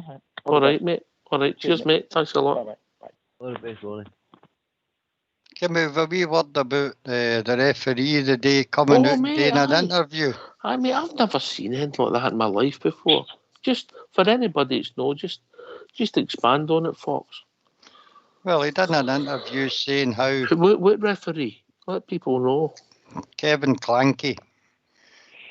Giving an interview, I think it was the Super Scoreboard, mate, where he answered questions on how he was going to treat his refereeing decisions this season and how he was aware that 10 in a row is a big season. I mean, even in those friendly games that I watched, mate, the referees in Scotland still don't give us anything. We were denied a couple of clear-cut penalties, only in friendlies, and nobody bothers. But it just shows, for me, it's just a sign of what the season going forward's going to be like for Rangers. I thought football was about players, mate. I never knew referees were. A good referee should be seen on the park, but he's not there to gain publicity. That's not his role. A referee, mate, should be judging regardless of the circumstances, whether it's young boys at school or professional football. He should judge the games on how he sees it and play it to the rules, and no making decisions based on where his allegiances lie. Oh, but no, his allegiances lie. I think he got player of the season for them, didn't he? He's just admitted what I've been saying for long enough. These referees in Scotland participate in the game. They're there to referee a game. They're not there to participate, but they participate. And he's basically come out and tell you, we're going to participate in these games.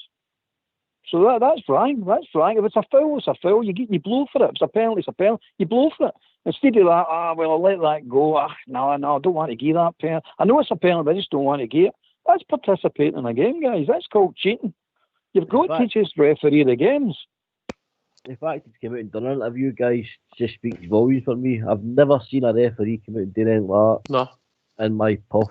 No, I mate. can't understand. You've got a lot of birthdays behind you, mate. Exactly, mate. Exactly. Can I come in there, Oxford? Yes, mate.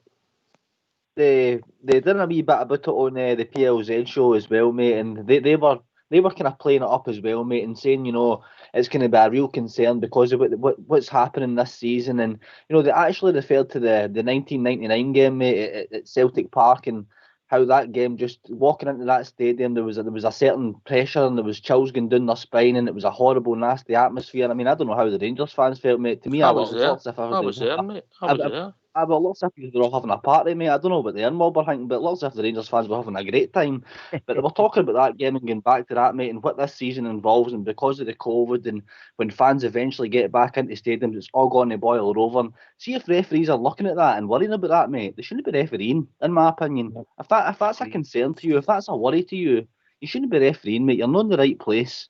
You know what you're getting into when you start these things, especially when you're becoming a referee in Scotland, mate. You know what I mean? Well said. Well said. Port.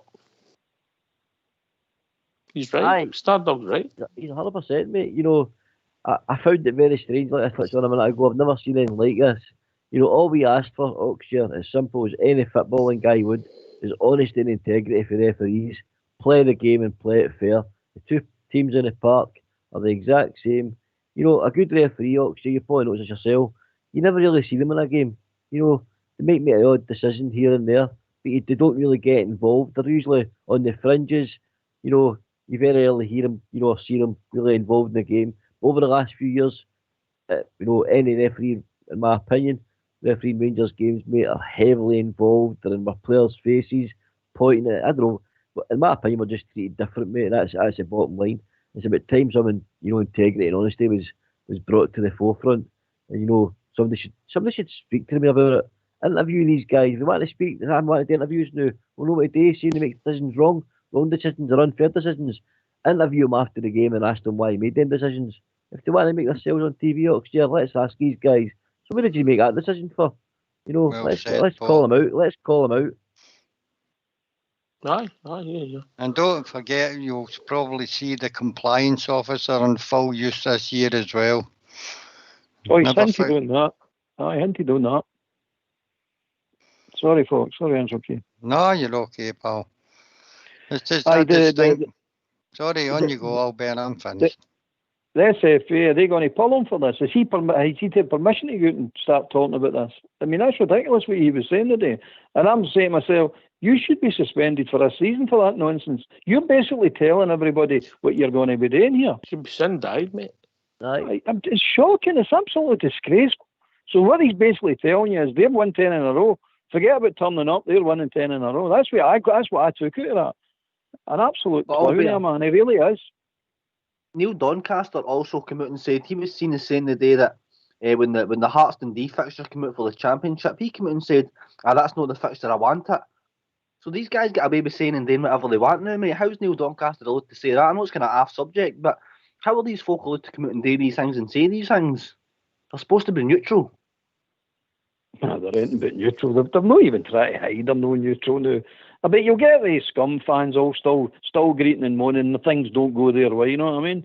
You let them go. I don't know what they're looking for, by the way, but I wish things would go the our way as much as they go their way, because it's unbelievable. It's absolutely unbelievable. But that guy should be pulled for that. That guy should. I hope Rangers put a complaint in about that guy. That's not right, what he's done there. Absolutely disgraceful. Absolutely disgraceful. As Port said, if you're going to start talking, well, let's hear it then. That game at the 29th there, I've watched that 2 or 3 times. Go back and watch that if you have not done it. The actual decisions that referee that game were absolutely diabolical, absolutely shocking. And you're saying, come on, that's the standard you're dishing up to us as a first class referee. I don't think so. Then he comes out with that crap today. Nah. I'm not. I've had enough of this nonsense. It's just garbage now. It's garbage. Hello, Bill. Let's make them cobble. Let's speak to them. You're right. Rangers should be saying this. We should be encouraging the SFA. If these referees want to talk, let's talk to them. Let's talk to them at full time. Interview them after the game. Put them on the spot. Because I tell you, I'll guarantee you. In fact, none of them will want to speak about any decisions they've made. They'll not want to question debate. They won't do it, mate. They won't do it. He's nailed his colours to a mast today. That's what I see. He's nailed his colours to a mast. In fact, he even came out and spoke. Even went through his seed. It's for me. It's raised more questions than answers, mate. Every bird probably fits sitting feeling the same way and probably wondering today, what the hell is this? What the hell is this? Ridiculous, mate. Ridiculous. Oh, somebody's trying to join us later on. Yeah. Hello. Hello, how we doing? Who's this? Hello, guys. How you doing? It's Ian. Ian, you better make it quick, mate. Aye, it's just about this referee thing. It's an absolute disgrace. Did you see it today? Did it surprise you? It's shocking. No, it doesn't. I've been saying it for years. I've said it on this programme a few times about the referees, and it's an absolute disgrace, mate. Did it shock you? That the fact that how blatant he's mentioning things about a season that they don't referee seasons, as Albert rightly says. They only referee individual games and make individual calls. The season and the points has nothing to do with a referee at any level of football. Exactly, but they think that they can make an impact on certain games and certain teams, mainly Rangers.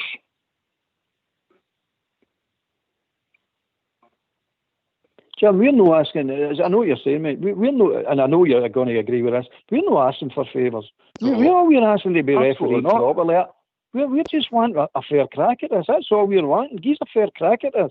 And let's see we actually can have a competitive league this year, eh?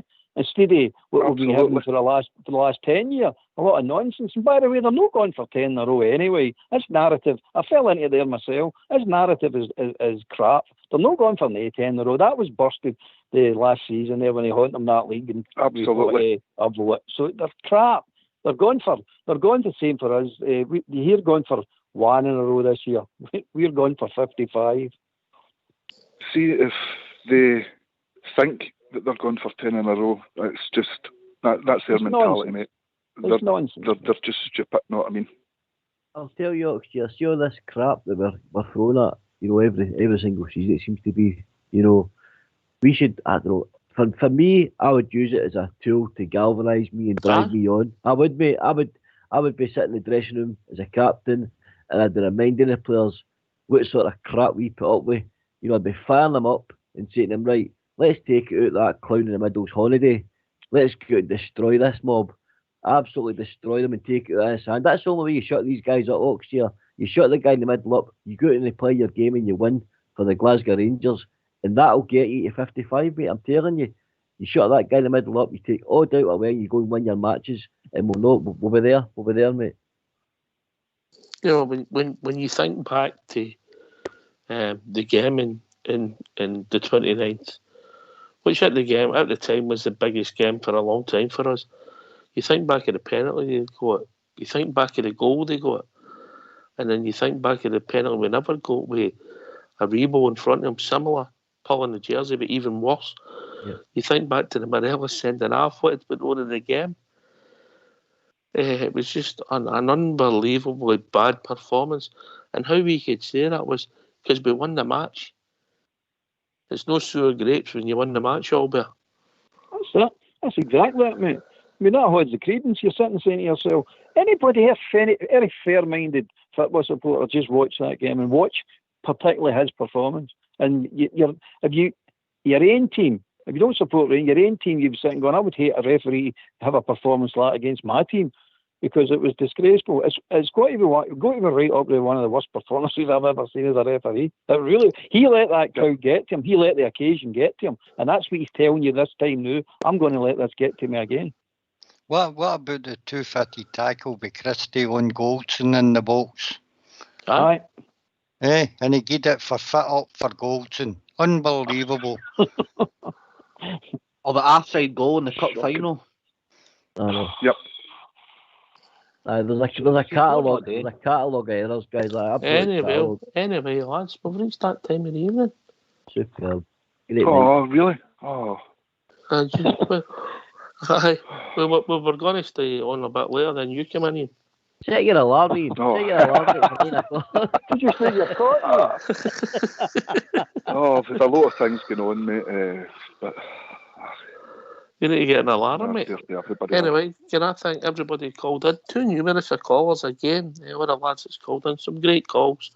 First time callers with great calls last night. Robert for Paisley, Davey phoned in tonight. Fantastic. Ian's phoned in. With Baz for Orange County, all the callers that call in make the show. But I can also thank Albert, JFK, Port Bear, Stardug and Fox. Thank Old School Blue for doing the technicals. And of course, the one and only Bridgeman. This has been Rangers Radio. We'll be back tomorrow night between 9 and 11, talking about all things Rangers. Take it away, Old School Blue. Cheers, guys. On the jazz. We are the Rangers FC. We are the people, you better believe. We are together, we're doing the bouncy all over the world. We had our troubles, but now they are gone. They tried to kill us, but the Bears we stood strong. We are together, doing the bouncy all over the world. Lucia Vibrox for Lancer 3. Follow, and God save the Queen. You'll hear us singing, doing the bouncy all over the world. In Barcelona in 72, we beat the Russians, but 3 goals to 2. Still celebrating, doing the bouncy all over the world. Glasgow Rangers, back where we belong. Lucia Vibrox, and we're still going strong. We wear our colours, the red, white and blue. We wear them proudly like blue noses do. We are together, doing the bouncy all over the world. The pride of Scotland, but that's nothing new. The pride of Glasgow, and Glasgow is blue. We are together, doing the bouncy all over the world. To be a blue nose, it fills us with pride. We are united, we'll never divide. We are together, doing the bouncy all over the world. Doing the bouncy all over the world. Doing the bouncy all over the world.